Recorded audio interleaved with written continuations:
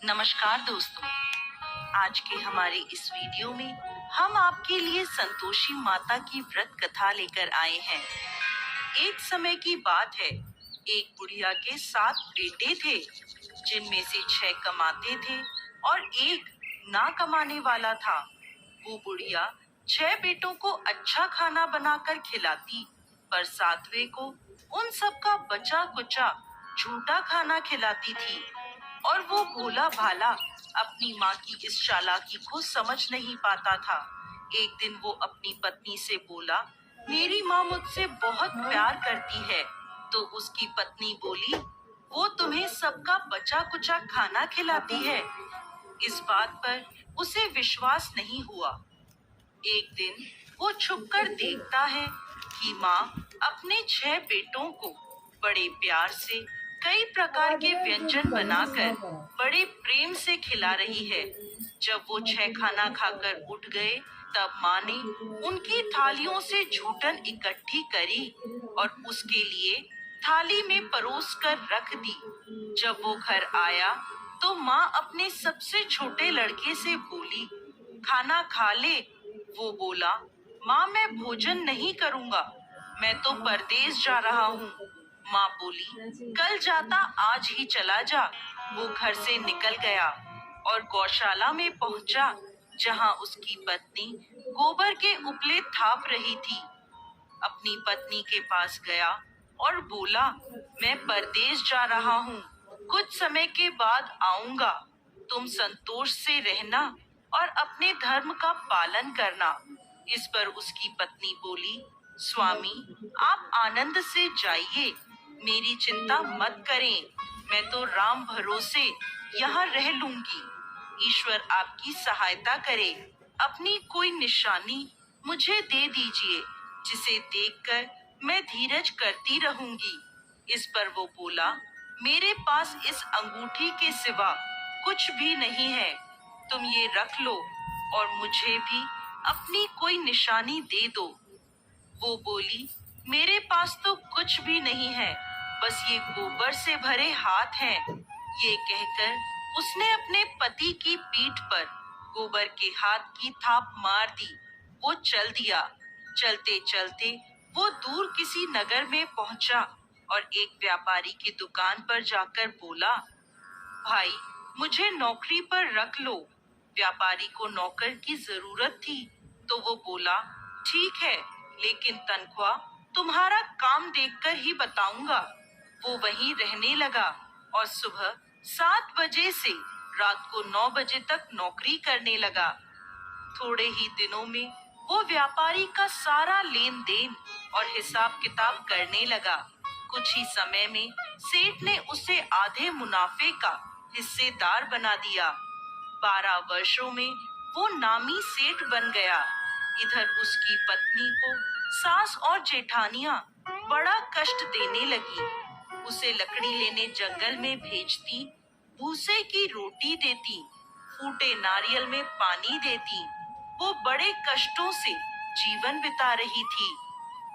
एक दिन जब वो लकड़ी लेने जा रही थी, तो रास्ते में उसने देखा एक मंदिर में कुछ औरतें व्रत कर रही हैं और कथा सुन रही हैं। तो वो पूछने लगी, ये क्या व्रत कर रही हो? इसे करने से क्या होता है और ये कैसे करते हैं? तब एक स्त्री बोली, ये संतोषी माता का व्रत है। इसे करने से मनवांछित फल प्राप्त होता है और गरीबी, मन की चिंताएं, मुकदमे, कलह, रोग आदि सब नष्ट होते हैं। संतान सुख, धन, शांति और मन पसंद वर मिलता है और दूर गए पति के दर्शन होते हैं। उन्होंने उसे व्रत की विधि बता दी। उसने रास्ते में सारी लकड़ियां बेच दी और उन पैसों से गुड़ और चना खरीद लिया और व्रत की तैयारी कर संतोषी माता के मंदिर में पहुंची और माता से दुखी होकर विनती करने लगी, माँ मैं अज्ञानी हूँ और बहुत दुखी हूँ, मैं आपकी शरण में हूँ, मेरा दुख दूर करो माँ। अब वो हर शुक्रवार ऐसा ही करती। एक दिन माता को उस पर दया आ गई। एक शुक्रवार उसके पति का पत्र आया और अगले शुक्रवार पति का भेजा धन उसे मिला।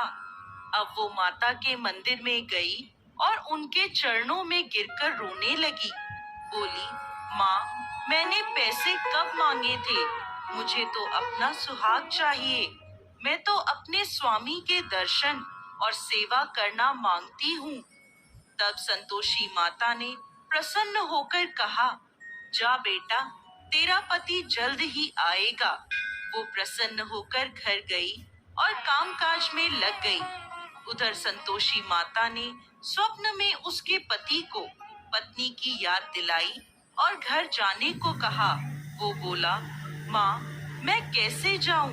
परदेश की बात है, लेन देन के कई हिसाब बाकी हैं। माँ बोली, सवेरे उठकर मेरा नाम लेकर घी का दीपक जलाना और फिर दुकान पर बैठना। सवेरे उठकर उसने वैसा ही किया।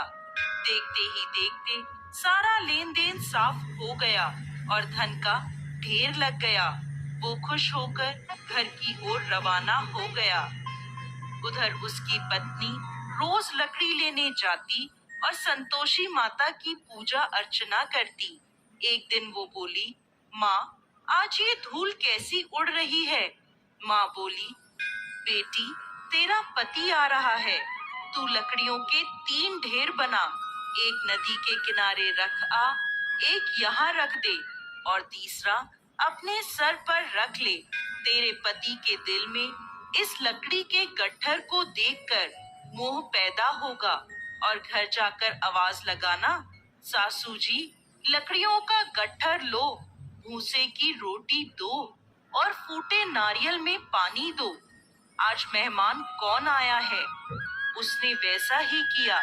घर गई, आंगन में लकड़ियों का गट्ठर रखकर बोली, सासू जी, लकड़ियों का गट्ठर लो, भूसे की रोटी दो और फूटे नारियल में पानी दो। आज मेहमान कौन आया है?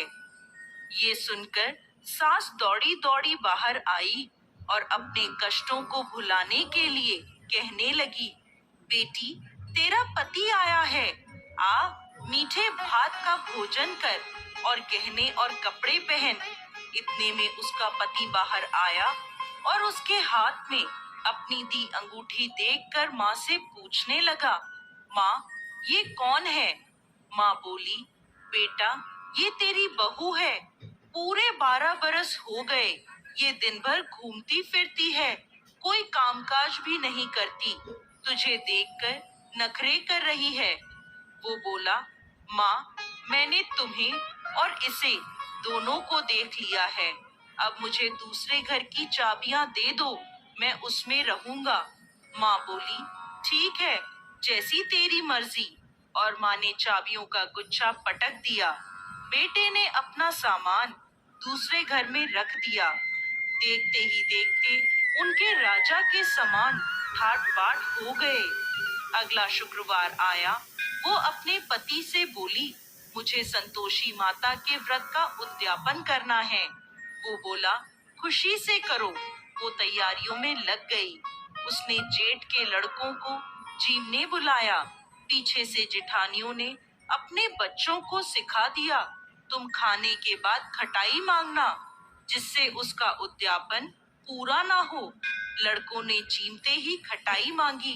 तब वो बोली, नहीं नहीं, खटाई मैं नहीं दे सकती, ये संतोषी माता का प्रसाद है। लड़के बोले, तो फिर पैसे दे दो।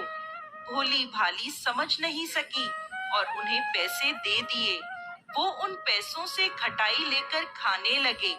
इस पर संतोषी माता क्रोधित हो गई। राजा के दूत उसके पति को पकड़कर ले गए। वो बेचारी रोती हुई माता के मंदिर में गई और बोली, माता, ये क्या किया?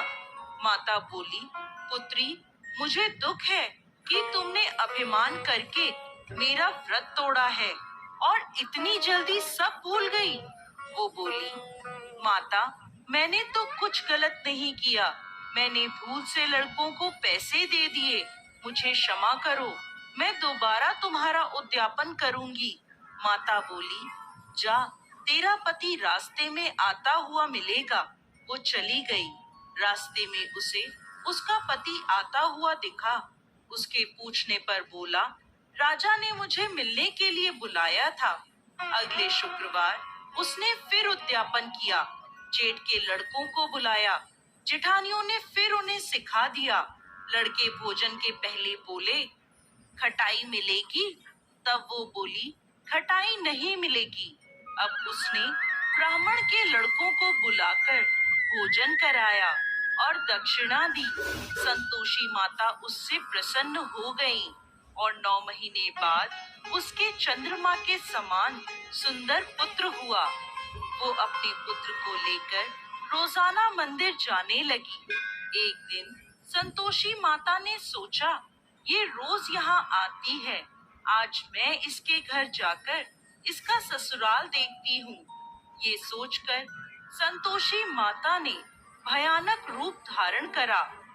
गुड़ व चने से सना मुख, सूंड के समान होठ, जिन पर मक्खियां भिनभिना रही थी, ऐसी सूरत में वो उसके घर गई।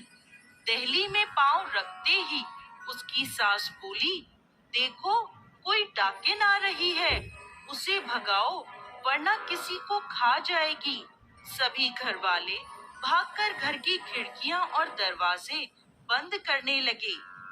तभी उसने ऊपर की खिड़की से देखा तो वहीं से चिल्लाने लगी, आज मेरी माता मेरे घर आई है, आज मेरी माता मेरे घर आई है। उसकी सास बोली, पगली, किसे देखकर उतावली हुई है, बच्चे को भी पटक दिया। बहू बोली, माता जी, मैं जिन संतोषी माता का व्रत करती हूँ, ये वो माता है। ऐसा कहकर उसने सारी खिड़कियां और दरवाजे खोल दिए। सबने संतोषी माता के चरण पकड़ लिए और विनती कर कहने लगे, हे माता, हम मूर्ख हैं, अज्ञानी हैं, पापी हैं। आपके व्रत की विधि हम नहीं जानते। आपका व्रत भंग कर हमने बहुत बड़ा अपराध किया है। हे जगत माता, हमारा अपराध क्षमा करें। माता बहुत खुश हुई। हे संतोषी माता, जिस प्रकार आपने बहू को फल दिया, वैसा ही इस कहानी को कहते, सुनते और हुंकार भरते सबको देना। दोस्तों, संतोषी माता को संतोष, सुख, शांति और वैभव की माता के रूप में पूजा जाता है। माता संतोषी भगवान श्री गणेश की पुत्री हैं। इनका यह व्रत करने से धन, विवाह, संतान आदि भौतिक सुखों में वृद्धि होती है। ये व्रत शुक्ल पक्ष के प्रथम शुक्रवार से शुरू होता है और 16 शुक्रवार तक व्रत कर इसका उद्यापन किया जाता है। गुड़ और चने का भोग माता को लगाया जाता है। ये व्रत करने वालों को खट्टी चीजों को ना ही खाना चाहिए और ना ही हाथ लगाना चाहिए। बोलिए संतोषी माता की